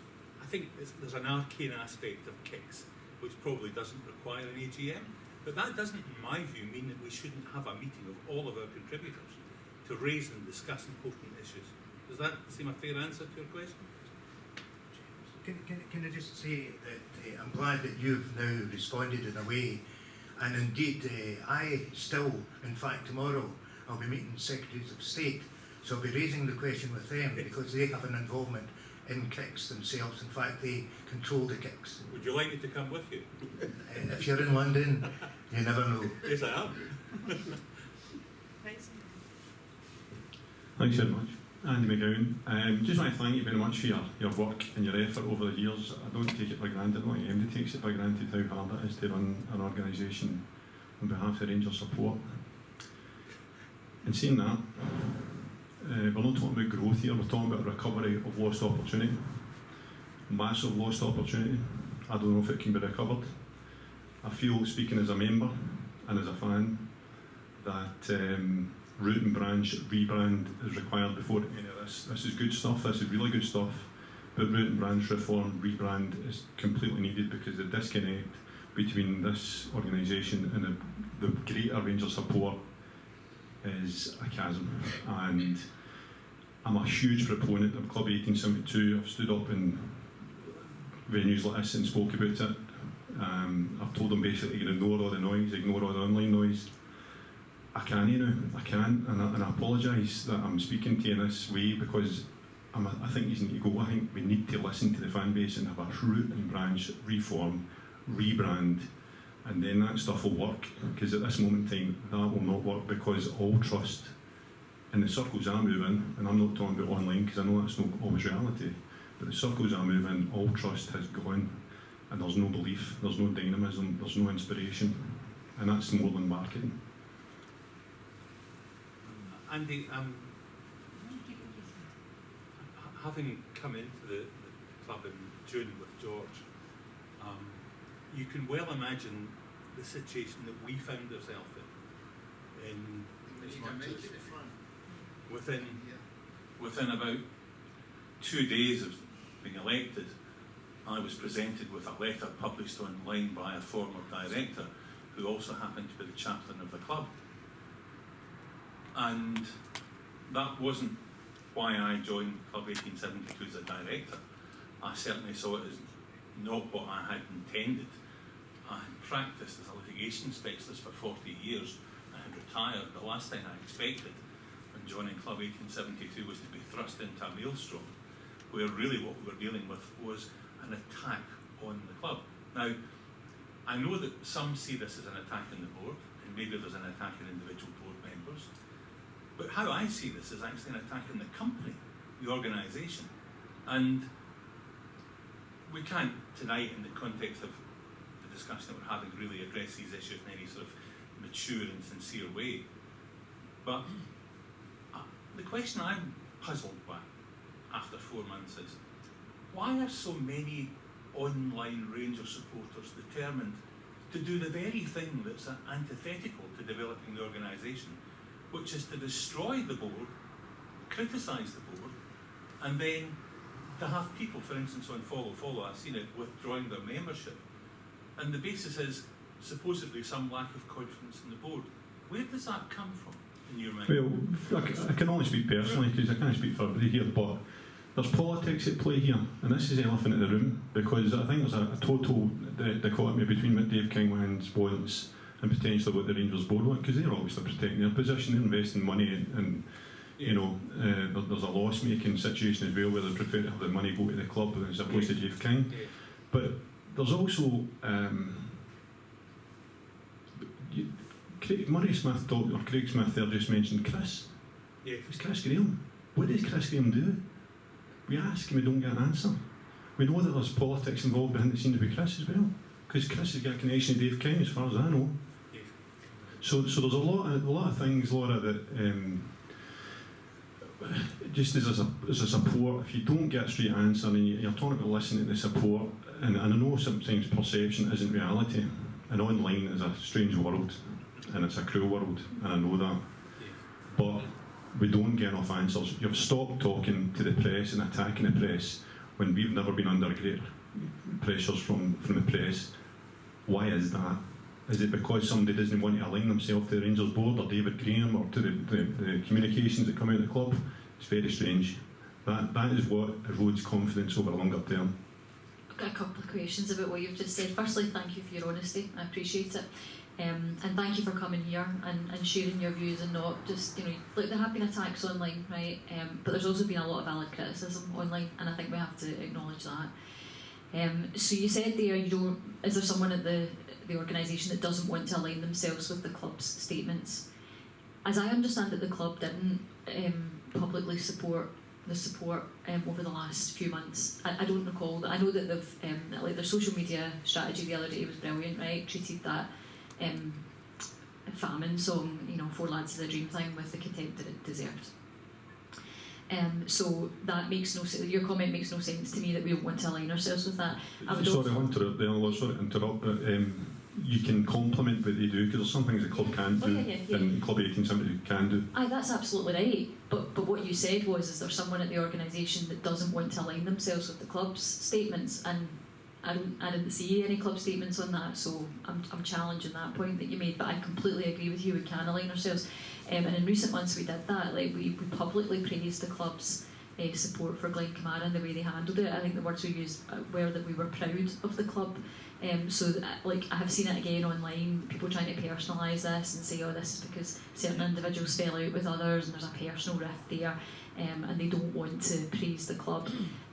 Well, that's clearly nonsense, right? There's a statement in recent months that evidences that is nonsense. It's also the case that we criticised the club recently, right? Now, we had a situation where we were receiving hundreds of emails about people, about hundreds of, potentially thousands, right? I don't know the numbers, locked outside Ibrox, right? Social media was alight with people complaining about it, right? So we did a statement on that. We were critical of the club, and again, I saw comments by people saying, oh, they just couldn't wait to stick the knife in the club's back, right? So, the supporters' voice aspect of Club 1872, I think, is one of the most challenging aspects of it. Now, it's absolutely correct that we didn't comment. You're right to say we didn't comment on the George Square things.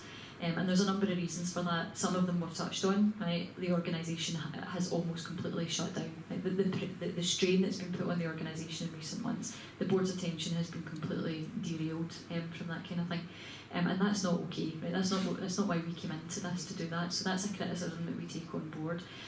But I think you also have to put it into context. I don't think there is another aspect to that, and that is that the club's communication strategy has changed. It's very much focused on fan media, and that's something we actively encourage, right? Before there was the change in communications policy, we went to the club and said we want fan media to be given press access at Ibrox, because we realised the importance of that, and we still absolutely support that. But the communication strategy has changed at Rangers. It's very focused on fan media, it's very focused on Twitter. So again, I thought what they did the other day on Twitter was brilliant, right? I was like, that's great. I didn't see it extended beyond Twitter. I didn't see it extended beyond fan media promoting that. And there really was a change. We had a lot of interaction in terms of communications with the club. So if you look at, for example, the situation where fans were crushed outside Rugby Park, we had communication not only with senior executives at the club, with Jim Traynor. We were talking to the security guys there, they were putting us in touch with the police. We don't have that interaction anymore. It's very much focused through fan media, and there were some attempts made to sort of include us in that strategy, but we're not fan media. we're different from fan media, and we did have the conversation. We said, look, this can't work this way for us. Can we look at another way of making that work? We haven't been able to get to a point of making that work, but we're open to that. Like, from our side, discussions can be ongoing on any aspect of Club 1872 or the Rangers support. But we do take on board your comment. Well, I certainly take on board your comment about us being too quiet in recent months. But what I would say is also I put it into context and say, prior to that, we have worked our backsides off in terms of daily record campaigns and all that. And I think a lot of the time the issue that we have with communications is the lack of consistency on it, and not really the quality of the communications. That's not to say that the quality can't be improved, because it can. But as I say, I personally have spent many hours of my own time writing letters to the BBC. We put out a very, very detailed sort of instruction to the support as to how they could become activists and complain to the BBC, because that's, what a process that is. There's been times where we've had people approach us and shake our hands, and it's embarrassing, right? Oh, that statement was brilliant, like the title stripping statement or whatever. Unfortunately, that's not been the approaches that we've had in recent months. They've not been like that.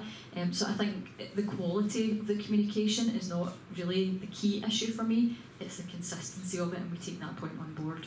Right, thanks very much. Shall we go back to your point about Chris? Yes, could you clarify exactly what Chris does and what he's involved in this? Yeah, sure. So again, I would challenge one of the comments you made, which is we asked the question, we don't get an answer, because on Heart and Hand we did answer the question. But look, not everybody hears. I've heard of them. And they're good, you should check them out. But look, not everybody listens to it. I wish more people did listen to fan media, but not everybody listens to it. Also, there's so much information about Rangers, right? We're getting emails every day about marketing, and we're all chatting online about transfers, and right, so it's difficult to retain information like that, but we have addressed it. There's no secret that Chris is involved at Club 1872, in the same way that there's no secret that Bruce is involved at Club 1872. It's going to be the same with Ewan, right? Ewan's a former director, but he's still going to sit on a working group. So Chris's involvement is as a working group member. I have seen, I think also, right, you haven't asked this, right, but I've seen it online, comments about Chris having a role at the club. And my understanding is that Chris did have a role at Rangers.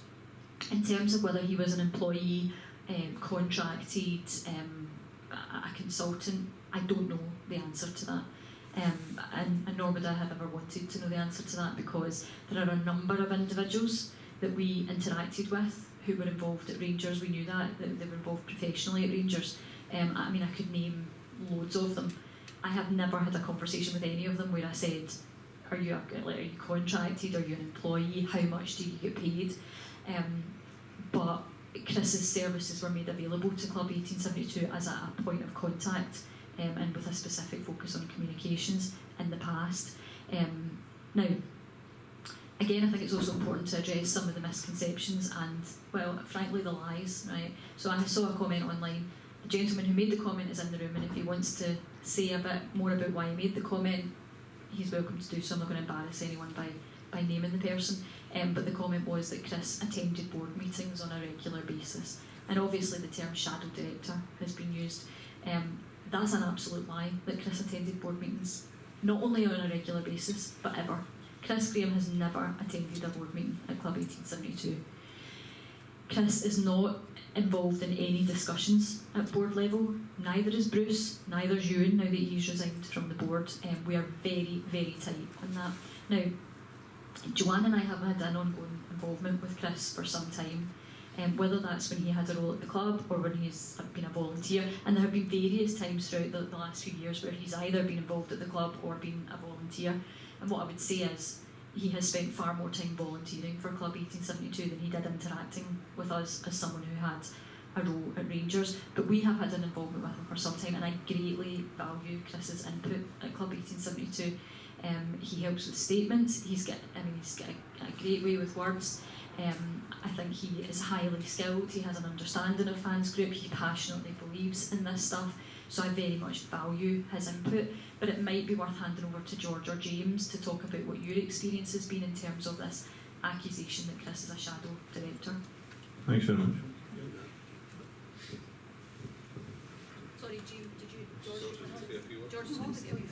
Can I just say on that, I've only known Chris Graham for 4 months, but honestly, the help that he has been, and he attends, I can reiterate what Laura said, he doesn't attend meetings.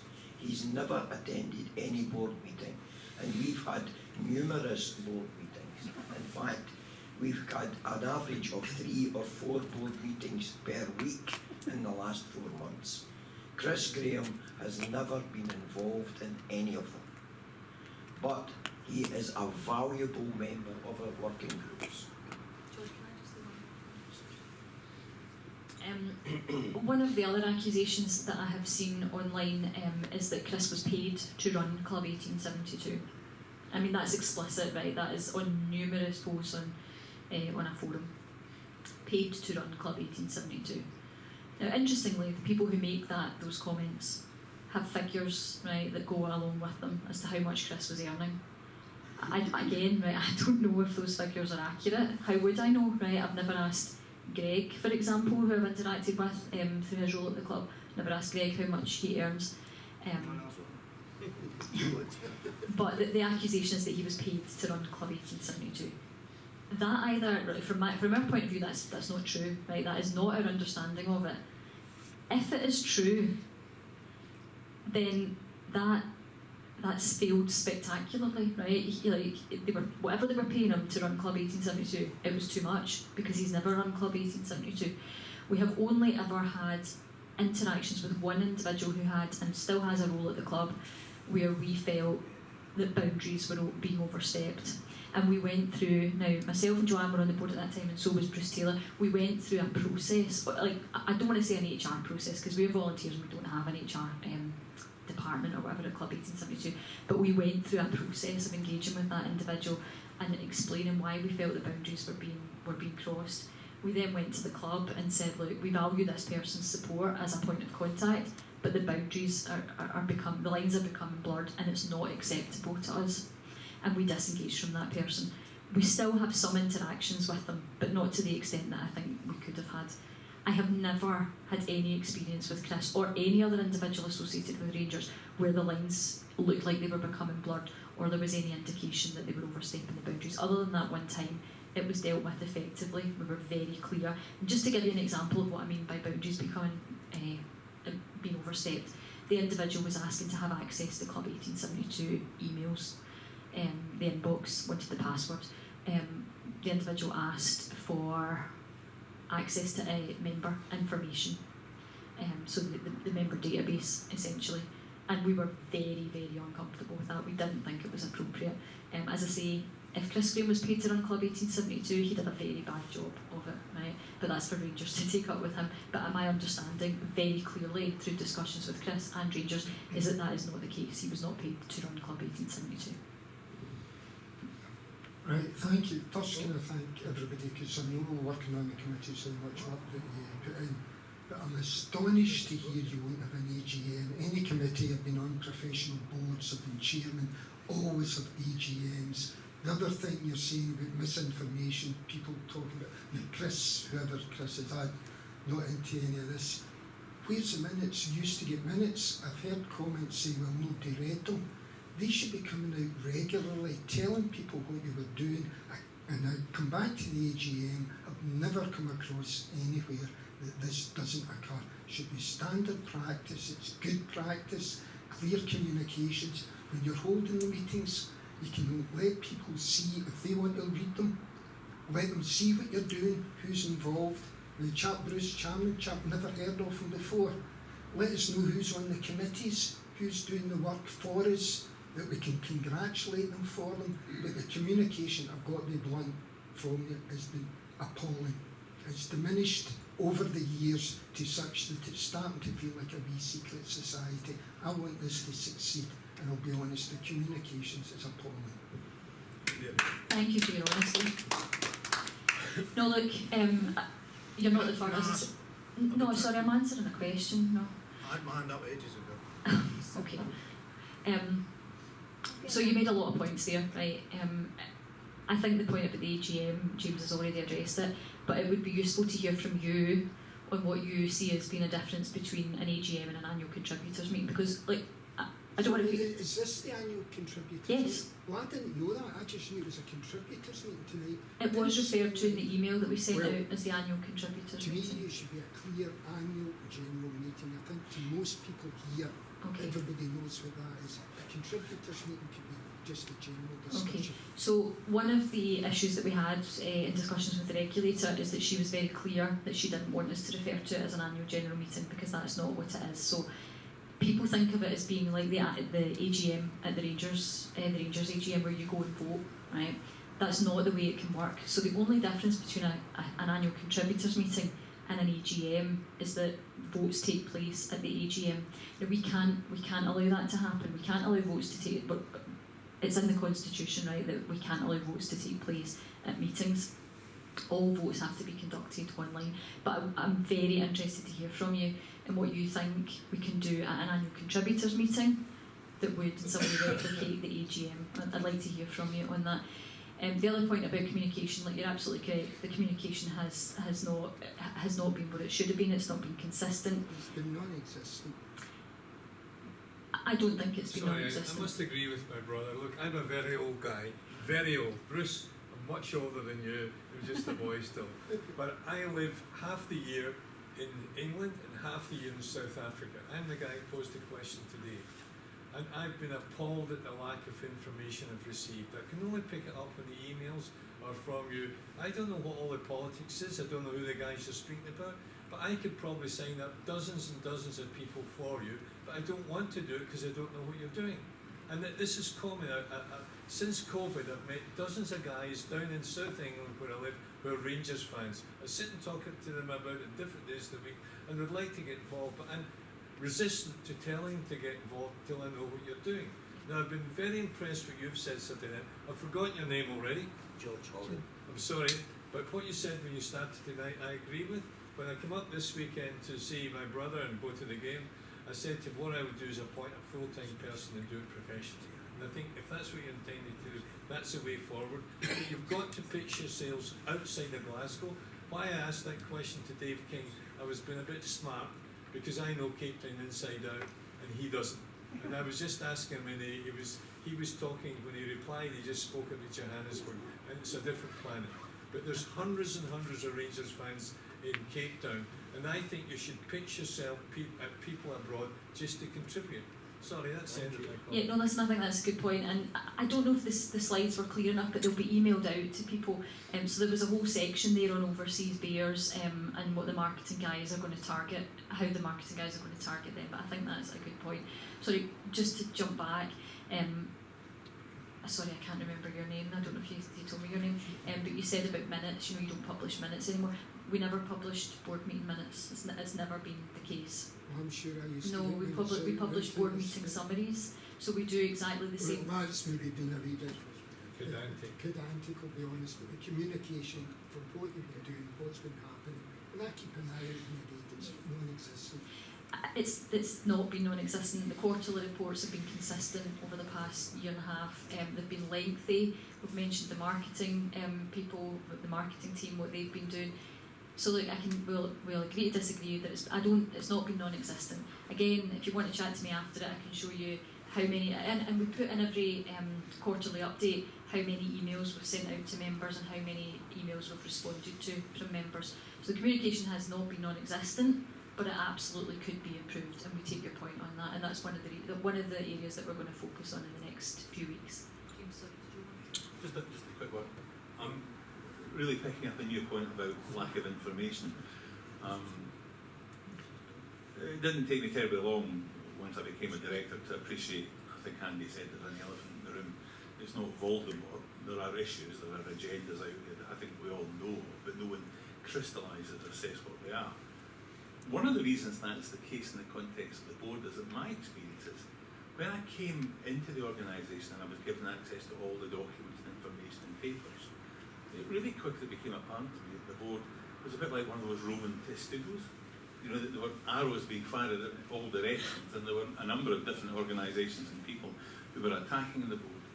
And the board has spent an awful lot of time in the last 4 months dealing with those situations, and it wouldn't, within the context of that period, have been appropriate disseminate minutes.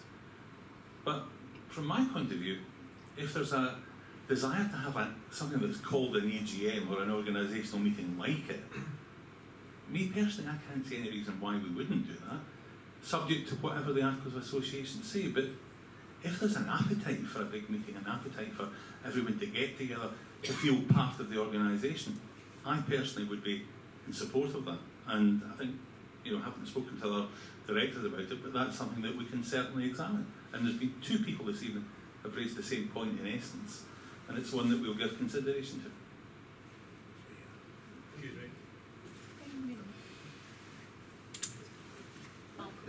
Can I just have a quick question?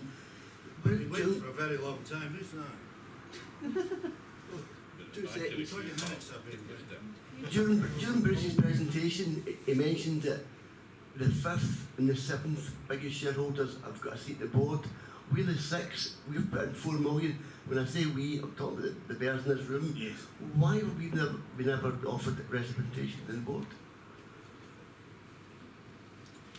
I think there are a number of reasons. I think the board has reservations about, the RIFC board has reservations about how it would work in terms of the dual sort of potential conflict, the sharing of information. I think those are valid concerns.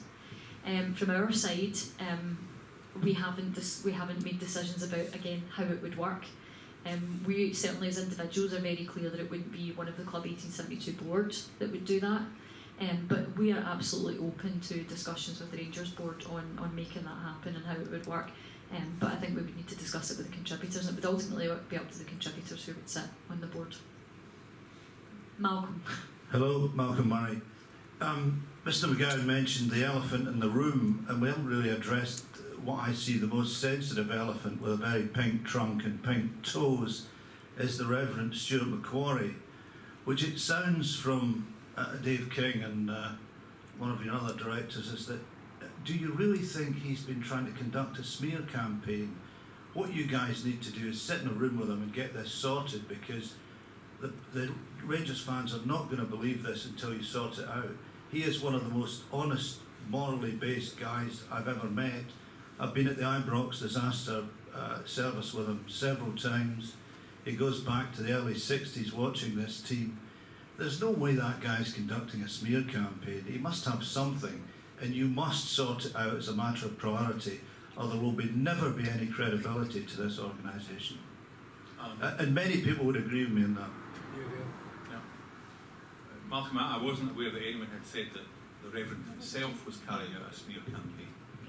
But would it be helpful for you if I explained to you the process that George and I went through when we became directors in relation to Reverend Macquarie, in an attempt to answer the point that you've raised, which I understand? I've already said this evening. Have you spoken to him personally? I have not spoken to Reverend Macquarie, but efforts were made through other parties to arrange for him to speak with the board and with me, and that opportunity was not taken up. And I was perfectly open and prepared to speak. In fact, I still am open and prepared to speak to anyone. But let me tell you my perspective on this, because I think, of course I realise that when you take a decision in Club 1872 to begin a process of termination for the club charter, you know that things have got to a pretty serious state of affairs. And when George and I joined, and the first thing I saw was that with a letter published on Follow, attributable to Reverend Macquarie, we said to the then directors, because it was right and proper that we did do this, I couldn't in conscience come into the organisation and simply ignore that.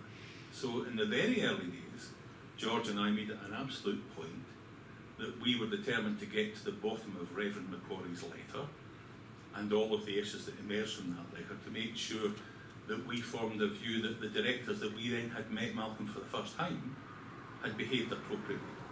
So for 2 solid weeks, George and I read the papers provided by Laura and Joanne, articulating the history of the matter. And I'm sorry to say to you, notwithstanding what you've said, and it's not right or proper that we speak in detail about Reverend Macquarie when he's not present, the conclusion that I came to was that there was no option but to exercise that director's right.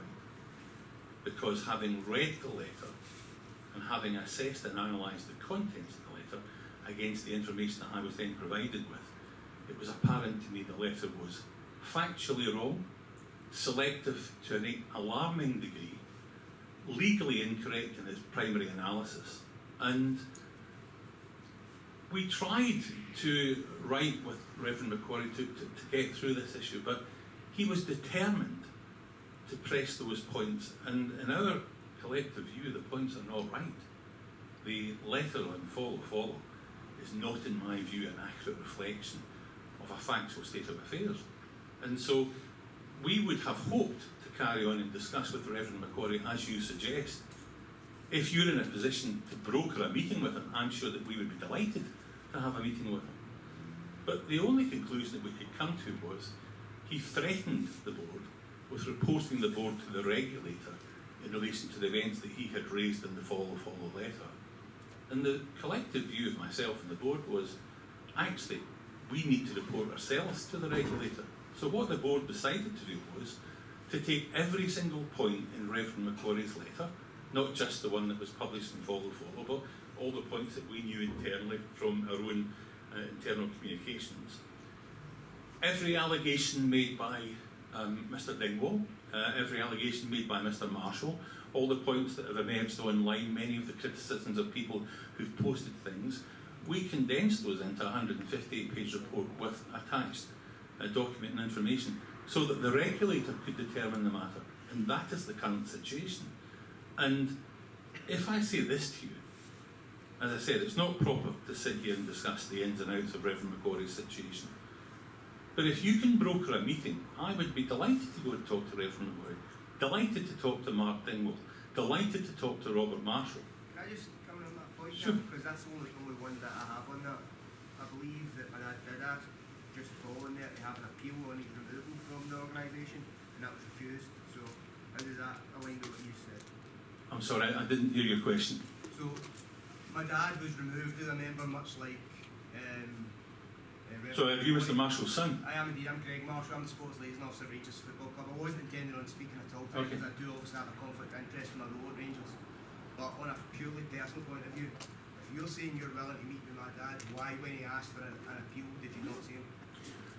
Well, the answer to that's really quite simple. The Articles of Association set out a process, and we followed the process. And so, but just be clear though, you are stating publicly you're willing to meet with him, and yet that process was not accurate. Like, that's different. No, that's an entirely different question. If you're asking me, would I be happy to meet with your father, subject to my board director saying that they agree, I'd be delighted to meet with him. Do you not think that seems a bit inconsistent and incoherent? No, really, because what we're doing as directors is following a process that's outlined in the Articles of Association.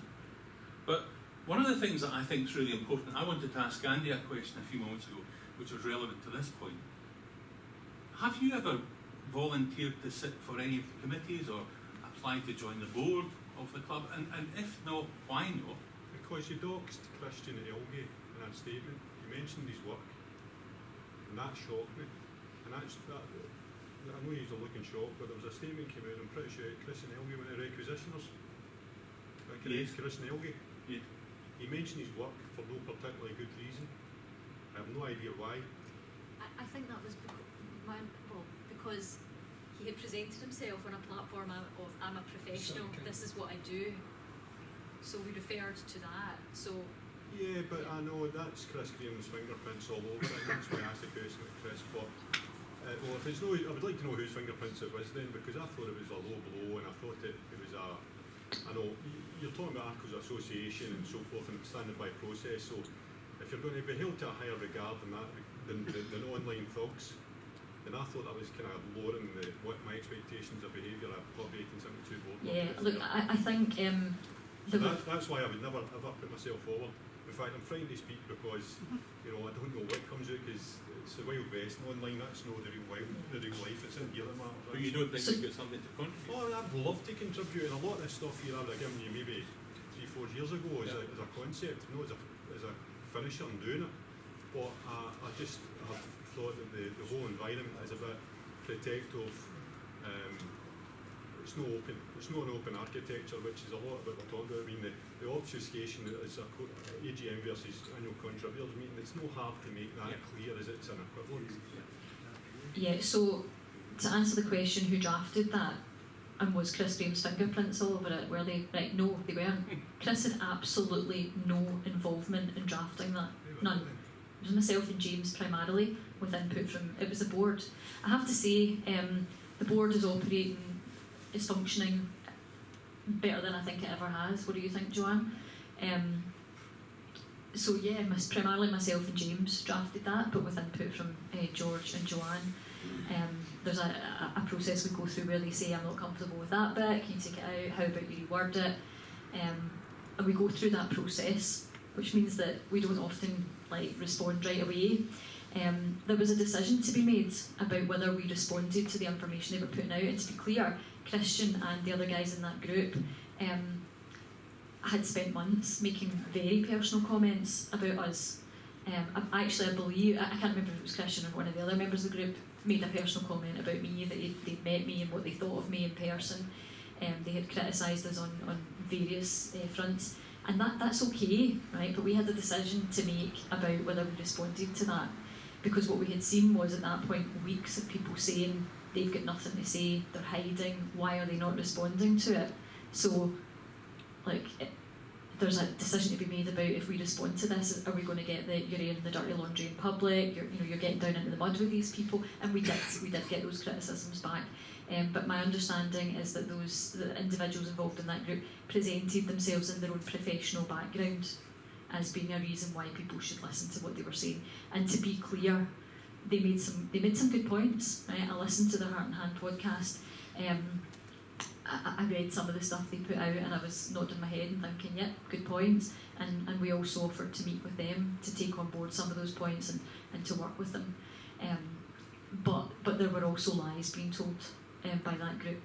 Absolute, outright, flat out lies being told by that group. And again, a decision has to be made about whether if you don't respond to them, it's that you're running scared. Why are they not answering that? And then if you do respond, there are a number of people who don't like it. So again, that aspect of it, you're never going to please everyone, but we did make a decision, and a lot of people were saying it came too late, we had let it go for too long. Certainly the marketing guys, the professionals that are volunteering, said you've left this too late, you should have been commenting on this before you were. Just thinking back, Andy, one of the things that I'm a bit surprised about is this.